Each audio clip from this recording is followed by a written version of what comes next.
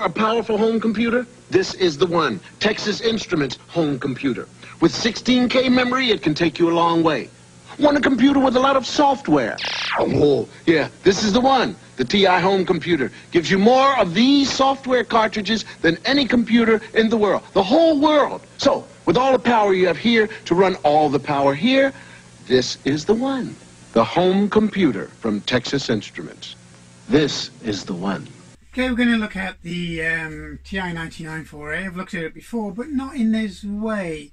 I got a bundle of TI99 computers and hardware, which I won off of just an auction site, and it was listed as not working. So I took a chance because really I wanted the joysticks or paddles and some of the game cartridges that came with it, including this one here, because it's one I didn't have.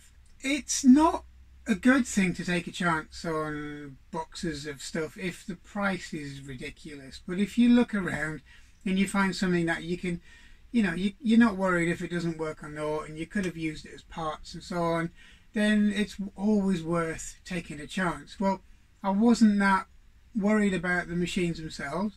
It was just, you know, the cartridges and the paddles, and the machines were a bonus, but I had a kind of sneaking suspicion by the way they were described as to what the problems may be. But so we'll have a quick look at them and then go over a few of the other things that came with the machines. Okay, we're going to have a look at what's in the bags and the boxes. I've just had a bit of a delivery of two Texas Instruments TI99 4As and a big bag of stuff, basically. And I just realised I haven't really done a proper system review of the Texas Instruments TI99. I've gone in more in depth into why it was produced and, you know, the reasons behind the machine and how it didn't really become that big of a commercial success in the past. But I've become a bit of a TI99 collector, completely inadvertently as well. Okay, so here's the TI99 4A, and for those of you who don't know, it was the Sinclair QL of its day. It has a 16-bit processor, which is basically data bus hobbled to 8 bits. And so internally the machine's running at a 16-bit speeds as a normal 16-bit processor should do or would do. But they had issues with developing their 8-bit processor for these machines, so they ended up basically fudging together the board so it would accept a 16-bit processor, which was predominantly used in their mini computers at the time. Now, I think the decision to not go with a fully fledged 16-bit system in one of these machines was more to do with the fact that it would have been more powerful than the mini computers, which I think is a crying shame, because you're looking at 1979. This could have been a fully 16-bit machine, and it might have moved the game on quite a lot. But as it is, we were left with an 8-bit machine with 16-bit architecture under the hood. Now, speaking of the hood, they've always been quite nice machines. I've always liked them, and I think that's probably why I'm drawn to them today, because they didn't look like anything else on the market. And this machine was no exception. Now, I have two machines of the Texas Instruments TI99 4A, or two different varieties, and looking at them you wouldn't really notice any difference. But one of the biggest differences is the keyboard. This one's the later variety because it has a more springy keyboard and slightly more quieter. I think that's probably the best term of putting it. It's a quieter keyboard, even though it's still a reasonably nice mechanical keyboard. It doesn't have the same bounce or the same sound to the keys, which I'll show you when I bring the other machine down. But this is one of the machines, and yeah, it's not in bad condition. It's most of it's intact. The little index card here is still intact, which is good, which are often missing on these machines, and it is sorely needed because of the way the TI99 uses function keys with control and so on to get even silly things that you take for granted on a lot of machines, such as delete and insert and so on. So that's a good thing that's intact, because they're hard to get hold of. You can reproduce them, but you'd never do it in exactly the same format as the original. So the basic machine isn't small, but the keyboard is tiny. It's tiny. It's look, it's not really much bigger than an adult's hand. It's very, very small, and the enter key is ridiculously small, really, because it's very easy to hit the shift or the slash, and it's not very well thought out. But in saying that, it's got nice size keys. They're standard size caps, but they're condensed into quite a small area. Now, it's got a few scratches on it, which I will try and go over and take out. It's got a few little nicks, but these tops on these are very easily marked, and I don't know any or hardly any of these machines without at least one mark or scratch or little tiny dink on them. So on the side we just have a joystick port, which is predominantly proprietary for paddles, okay, and it works with Texas Instruments paddles. And on the back you don't have a lot. You have a cassette, power, and this is the output for the display, which is more than likely for most people is used by an RF adapter. One of the interesting facts about these machines is that the power supply and the RF modulator are all external, and the RF modulator, being an external, is set up for either PAL or NTSC depending on the region. So it shouldn't be too difficult to buy an American one of these, which I quite like the real cost-reduced white ones which are out there, and then running it off a UK supply and hopefully a PAL modulator with very little modification. But this machine is in quite nice condition.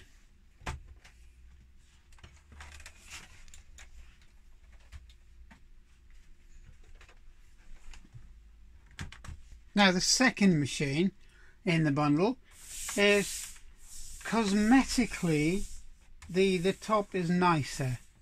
It's a lot nicer in condition. It's still got a few scuffs on it, but it hasn't got so many dinks or deep-ish gouges. But it has a lot of wear and tear on the cartridge guide here. Now the keyboard is arguably better on this machine. It's an older machine, and if you listen to it,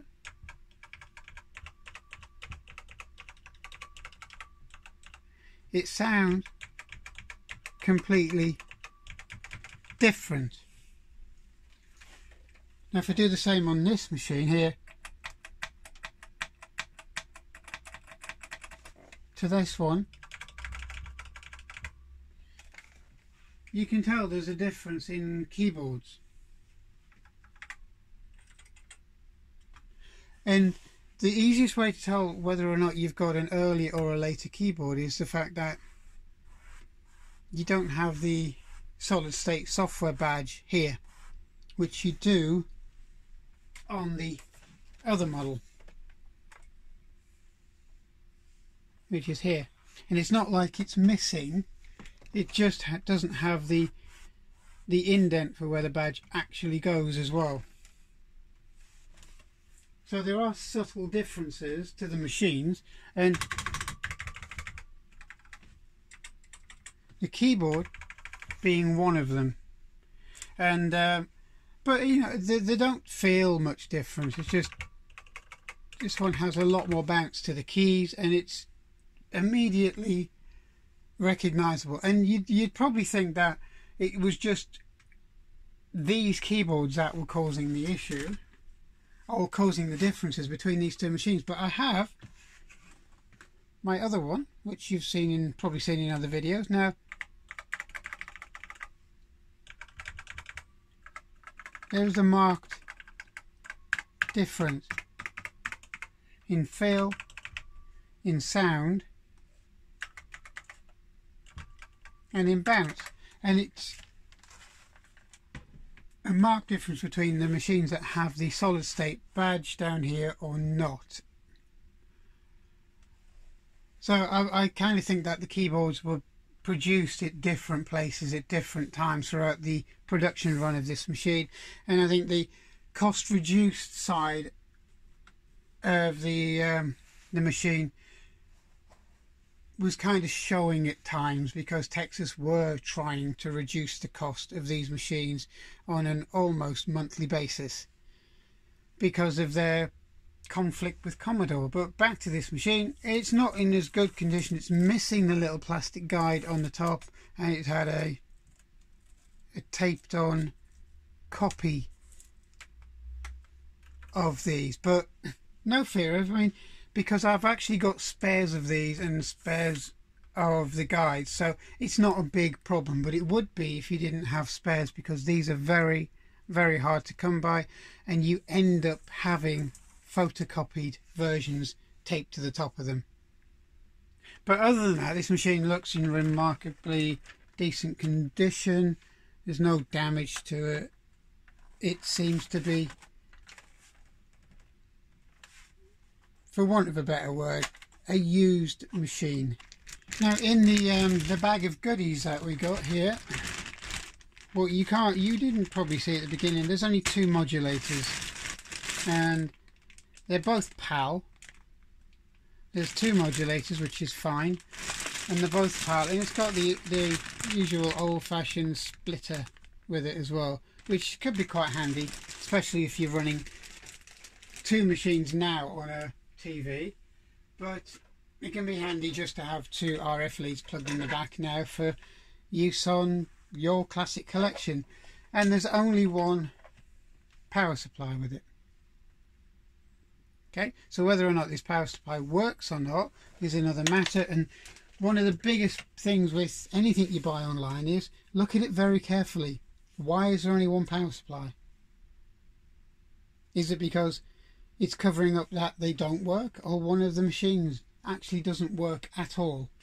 Now, one of the biggest reasons I bought these machines for is because they have there's a bag of joysticks for them, which are the proper Texas Instruments TI99 joysticks, which, as you can see here, and they're in good condition, whereas the set I have, the tops snap off quite easily, and they become unusable once that happens. They're not brilliant, they're pretty cheap, to be honest. And it looks like the button on this one is a little bit soft and squidgy, and that one's a little bit better, but it's something that can be sorted out and repaired. And as you can see, we're still opening bags. Okay, so we've got some more bags here, and this one came with quite a collection of cartridges, which was nice, because you got Tombstone, which is a classic Texas game, Car Wars, another classic TI99 game. You have Indoor Soccer,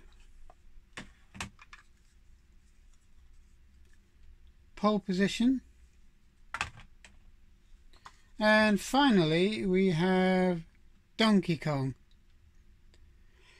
which is probably one of the better games for the TI99 4A. And that is the predominant reason I bought these machines, were for the joysticks or the pedals, and also for the cartridges. The machines themselves, I was looking at whether or not, if they didn't work, I'd fix them. And I've got plans for one of my other ones. to turn it into a retro gaming machine, which I'm hoping to do a little bit later on in this series. Now, before we even think about plugging this machine in, the first thing we do is we check the voltages on here. And you don't just trust an old power supply. And the pinouts are on the back of the power supply unit itself. It's a 240 volt input, which is great because it's a UK machine. And we have pins 1 and 2, should be 16 volt, 2 and 4 8 volt. And I've just checked this out, and it's spot on. It's the way it should be. So this power supply is fairly okay to use. Okay, so don't go plugging things in until you've tested the output of them. Otherwise, you'll end up just frying things and frying possibly a working machine. So with the first modulator, I'm not going to trust this one until I've checked it out, because it hasn't got an output RF lead with it. So I'm going to use the second modulator that came with it, which is intact, which to me it's starting to seem like at least one of these machines, or at least the peripherals, are not working, which is probably why it was being sold, because they couldn't get them to work. So at first glance and at first test, it seems like this modulator doesn't work. Okay, so that's probably one of the reasons why they couldn't get the machine working when it was advertised. So I'm going to check it out with a spare modulator now and see what happens. Okay, so with the spare modulator plugged in, the one that came with the other one, that actually doesn't do it either. So it looks like biggest part of the problem is modulators. So you can't really believe anybody when they're selling these things. Never take their word at 100%. So I'm going to check it out with my spare modulator here, which I know that works. And we do indeed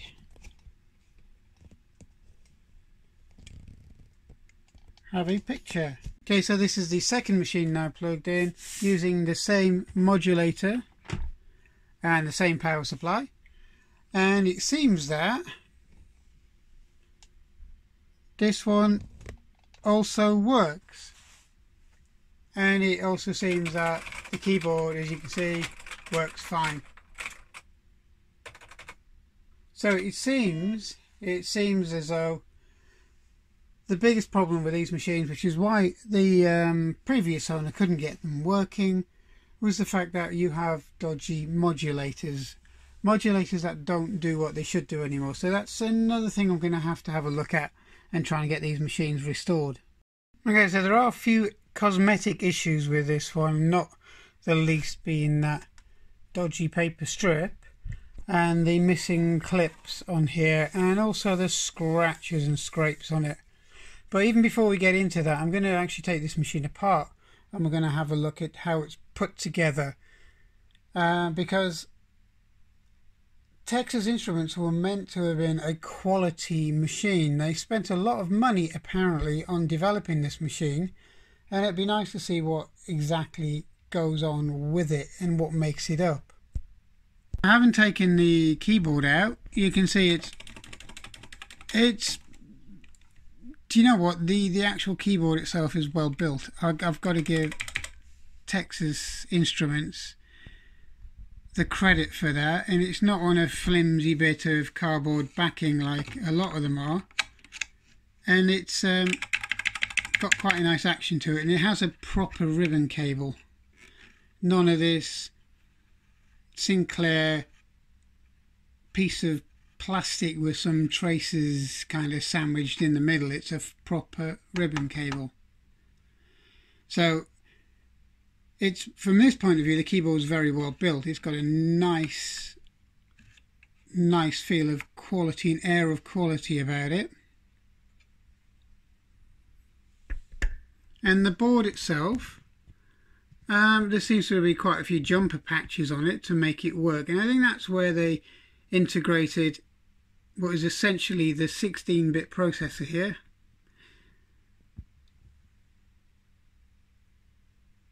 into the board itself. I've taken the heatsink off of this because this needs cleaning up and redoing. But other than that, it's actually quite decent. You got your bank of memory here. You have two quite big ROMs, a very, very big processor for its time. Your cartridge slot is here and it's built into the board, and it's even on the board it's sturdy. Most of these things you can wobble about, and it's really, really sturdy and well built. And you got quite a lack of I/O on these though. You do have a lack of I/O other than your video out, your joystick port on the side just here, and an expansion port which doesn't look as if it's direct onto the bus. It doesn't look like it interfaces directly with the CPU. It seems to more interface with the cartridge slot, judging by these tracks, but that's something I'll have to have a good look into. And it has a proper clock, a proper crystal clock, and it's reasonably well built. This machine is quite well built. And then you come down to the power supply. This is the thing that makes the right hand side of the machine quite warm, but you can see by the size of the capacitors on it. And again, it's quite a nice integrated regulator. It's not really a power supply, it's a voltage regulator really. Most of this does regulation, and it does get quite warm, but again, you know, it's nearly 40, getting on for 40 years old, and you can see there's no real leakage on the capacitors. They use good quality capacitors here, and the machine itself seems to be fairly decent quality. And then you just have your power supply connector, which slides into the case to the back of the machine. They did what Commodore did, is have a standoff post to stiffen up the top of the case, just in case you wanted to put some weight on it, which is nice. And they've avoided the area with traces where Commodore on the 128 actually went around that hole, where they actually had the standoff for the case through. But you know, it's different thinking, slightly different thinking. And the same here, it was as if the case wasn't an afterthought in the same vein that the 128 really was, and it was designed quite well. It was all designed to integrate together very well. So overall it's quite an impressive piece of late 1970s architecture, which it is. This is a late 1970s computer, and a lot of people forget that. It's very early to the party, this machine. So the next thing I'm going to do is just clean up the board and the keys on here, which is literally use an old brush, nice clean paintbrush. It's not very dirty really, and it just needs a good brush over just to get the loose dust out of all of the keys. And you just take your time and you just clean off every single key. And then once you've done that, it's the system board itself. Just brush it gently. You've got tracer wires here, jumper wires, so be very, very careful as you clean these off. Don't use the old I'm going to shove it in a dishwasher technique. Not necessary. In fact, probably does more harm than good most of the time, and I don't see the point in it, to be honest, unless you do have leakage on the board of some stage. But then alcohol generally does a lot better job. So clean the board up nice and gently. Capacitors. A lot of people say, oh, we need to change the capacitors as a matter of course. Well, no. If they're not leaking and they're not causing any problems, they're unlikely to leak for quite a long time, if at all. And if they use quality capacitors like these Texas Instruments machines, then they're very unlikely to start randomly and sporadically leaking. Batteries on board are a slightly different issue, but remember, if you replace a battery, replace it with a correct battery system. Don't put a CR sealed battery into a machine where it needs to be recharged. And I've seen that a lot of the time. People are replacing them with the small penny batteries, basically, with slightly different holders, when they haven't checked to find out if the battery is going to be recharged by the computer itself. That is just crying out for trouble at a later date, especially if you're using the machine a lot. So clean the machine up nice and with a nice brush. Don't go overboard. Don't use chemicals. If it's just dust like on this machine that you're getting rid of, then that's all you need. Okay, so now we're reassembling the machine. Everything on this machine goes from the bottom, so this is the actual bottom of the machine. It all screws in from the top. It's quite straightforward, and once you've done screwing the RF shield on and screw your power supply back in a couple of points, there's not much to it. It's just a case of dropping on the lid and then putting it back together, and then that's it. You just put the last remaining screws in the bottom, and then you can turn the machine over. So okay, your next item is to clean up the case or the casing once you start putting the machine back together. And remember, it's metal, and you can use something like ultimate compound polish, just a tiny little bit on the metal surfaces to give it a clean up, because remember, this machine predominantly has an alloy or aluminium top to it. Okay, and it won't ever get it as new because there are too many nicks and dents in it. But this is going to be a machine that's, you know, working, and it's part of the patina for a lot of the cases. But it, you know, and because it is nearly 40 years old, so what I'm going to do is I'm going to clean it up and try and get rid of some of this and show you the end result. So after only a couple of minutes of cleaning with a cloth and some mild compounding polish, you can see the end result is a much cleaner and brighter machine. It won't get rid of everything, but it's got rid of a lot of the deep scratches, and it's got rid of all of the marks and the crud that was here as well. Okay, so it's a much cleaner only after a few minutes of polishing, and you can see it's got rid of a lot of the dirt and the muck along here, and it's got rid of a lot of the smaller scratches in the surface, and it feels a lot smoother. And it's never be 100% because you would have to replace or redo the top cover, but it's a much better appearance to the whole machine. So the next option is to replace this horrible photocopied strip on here, and luckily I have a original one from an original spare computer.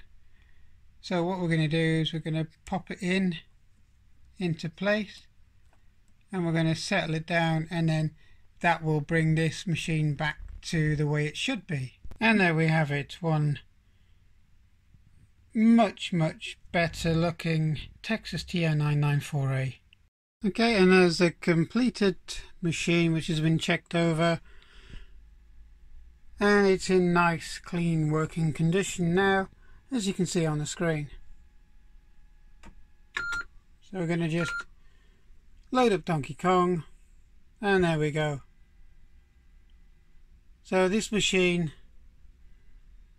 with just a little bit of effort, a little bit of work, is a working machine. The only problem was the modulator was causing problems, and as you can see, it's running fine.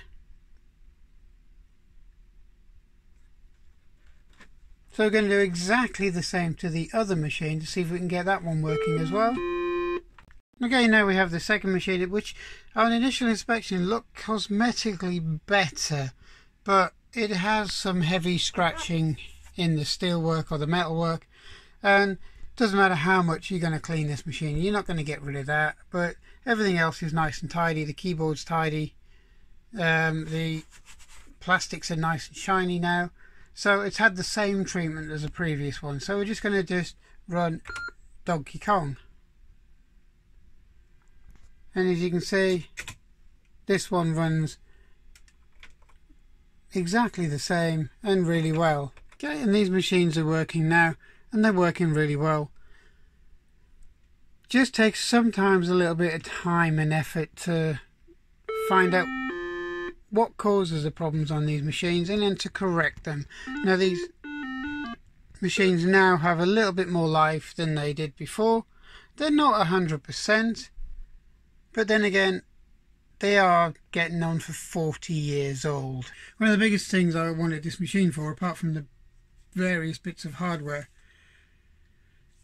is that it came with everything. It came with leaflets, original leaflets about the control and the key codes. It came with the original software catalogue and what Texas Instruments wanted you to kind of have a look at and buy. It also came with part of the user manual and the user guide from the club. Okay, this is basically everything that was originally to do with the Texas Instruments, and it's something we miss today. You know, it's basically everything you can get, from the expansion books, how much it was, to the options for the disk drives, all this kind of thing in a kind of a nice little booklet. And again, these were produced by enthusiasts. And again, some of the original documentation for this machine, all preserved really well. The Texas Instruments Home Computers Club, and it's like stepping back in time. Proper listings, proper articles, all nicely printed. And there's quite a few of these throughout the months because they came out quarterly. And it's got things like letters from the members and all the things you don't see anymore. And it's just a real time warp publication. And this is where a lot of these machines were aimed at people wanting to get into programming or computers themselves. And you get a nice package from Texas Instruments with the information package signed by the customer relations manager. And it's just an unbelievable time warp reference. And one thing you don't get anymore is the pinouts for everything and the way the machine's put together. It's a full-blown schematic, plus a load of listings and software listings. And the schematic always amused me because every micro had them, and it was, you could copy it, you could build your own if you wanted to from the schematics. And we've got more user club documentation, and obviously is a reminder that the TI99 had a 16-bit processor in there. User clubs, more listings, more news, and members programs. People would sit and write flight simulator software and send it in. You know, they were trying to discover what you could do with these micros for everything from economy on your car, fuel consumption, you know, all the kind of things that you would do to your car on a monthly, weekly, yearly basis. And it just really nice stuff to keep. And then that isn't the whole thing. We have an entire folder full of program listings, programming flowcharts, elegant programs that you could do, including the original Acorn soft address, which is quite interesting to find that in a TI99 4A user's manual for users folder from somebody who was really only into the Texas Instruments for 4A Market Hill, remember what Acorn was originally. And it's all neatly laid out. Software collections, ASCII code character sets. One of these machines was obviously used for quite a bit of programming. Receipts for your leads that you replaced.